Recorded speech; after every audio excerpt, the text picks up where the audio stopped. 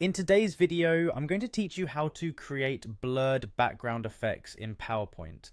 Adding a blurred background can make your presentations look more professional and visually appealing by drawing attention to the key content on your slides while keeping distracting elements at bay. So, let's dive into it. First, you'll want to open PowerPoint on your computer.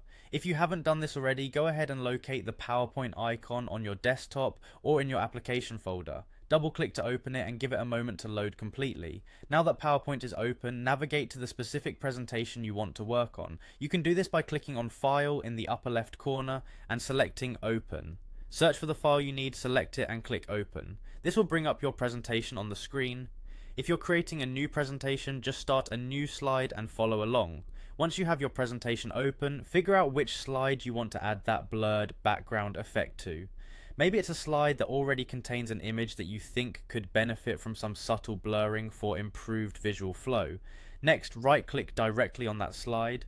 This will bring up a contextual menu with a variety of options, ensuring that you have quick access to many useful tools. From this menu, select Format Background. This selection will open up a side panel on the right of your screen. In the panel, you'll notice several tabs designed for different formatting adjustments. Focus on finding the one labelled Effects. It typically looks like a small pentagon.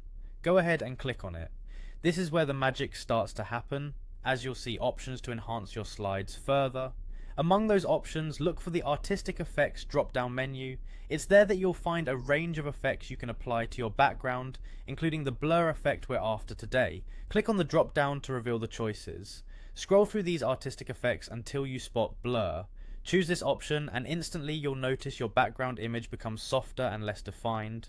This effect helps in highlighting the content you've placed atop it by minimizing background distractions.